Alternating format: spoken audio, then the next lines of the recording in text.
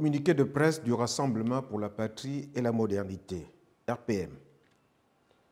Le Rassemblement pour la patrie et la modernité, RPM, a pris connaissance de la nomination le 16 juillet 2020 de Mme Rose Christiane Osuka Ponda au poste de Premier ministre, chef du gouvernement, et la formation le 17 juillet 2020 d'un nouveau gouvernement, marqué par la reconduction de plusieurs ministres, ainsi que le retour d'autres, dont certains étaient aux premières loges lors du coup d'État militaro-électoral d'août 2016.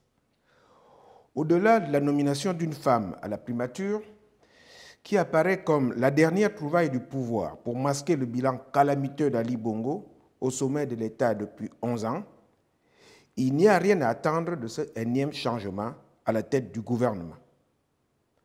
En effet, après avoir usé 5 premiers ministres en 11 ans, soit en moyenne 1 tous les 2 ans, le régime, à bout de souffle, n'a d'autre issue que de se raccrocher à des mesures en trompe-l'œil, comme la promotion d'une femme pour tenter de gagner la sympathie du plus grand nombre de Gabonaises et de Gabonais. Comme si cette simple promotion suffit à elle seule pour résoudre la crise multiforme dans laquelle se débat le Gabon depuis plus d'une décennie.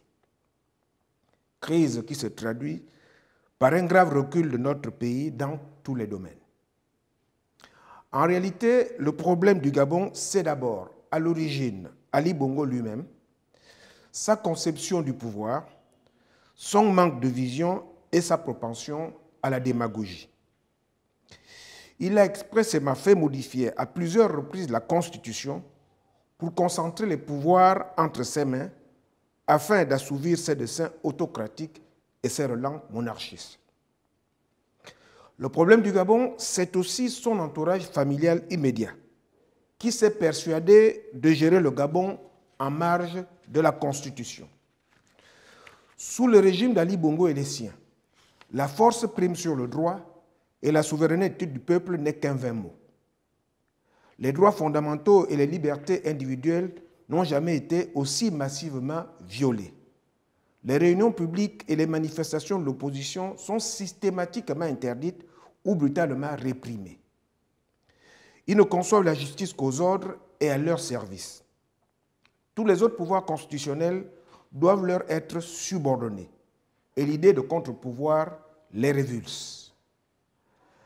Après avoir fait miroiter aux Gabonais un Gabon émergent en l'an 2025 et annoncé des projets aussi mirobolants les uns que les autres, dont la plupart n'ont jamais été concrétisés, alors que l'État disposait d'énormes moyens financiers, allègrement détournés par ses affidés, nos concitoyens demeurent confrontés à la non-satisfaction de leurs besoins élémentaires, à savoir l'accès à l'eau et à l'électricité, à un système de santé de qualité dont la pandémie du coronavirus est venue souligner l'extrême faiblesse, à un système scolaire et universitaire adapté aux défis du moment, aujourd'hui complètement déstructuré, à un logement décent, à un emploi notamment pour les jeunes, en proie à un chômage massif, à un réseau routier praticable en toute saison sur l'ensemble du territoire, à des revenus permettant à chacun de vivre dignement.